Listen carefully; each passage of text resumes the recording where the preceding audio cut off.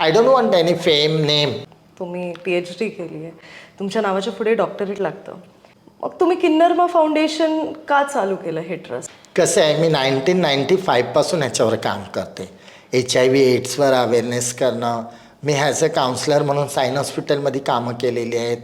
दाई welfare society जी एशियाची पहिली किन्नरांची संस्था होती त्याच्यातसुद्धा काम केलेलं आहे. महाराष्ट्रामध्ये आपल्या मुंबईमध्ये जे आहे पहिला ट्रान्सजेंडर ऑर्गनायझेशन नव्हत्या, म्हणजे ट्रान्सजेंडरसाठी कुठल्याच संस्था वगैरे नव्हत्या. त्यावेळेस HIV एड्सच्या बद्दल अवेअरनेस गरजेची होती. महाराष्ट्र गव्हर्नमेंटच्या बरोबर मॅप करा, म्हणजे कसं मेल आणि फिमेललाच HIV एड्सची अवेअरनेस करत होते, ट्रान्सजेंडरबद्दल करत नव्हते. मग महाराष्ट्र गव्हर्नमेंटला आम्ही समजवून दिलं आणि मग त्यांनी ते मॅपिंग केलं आणि ते मॅपिंग मी करून दिलं होतं महाराष्ट्र मुंबईचं.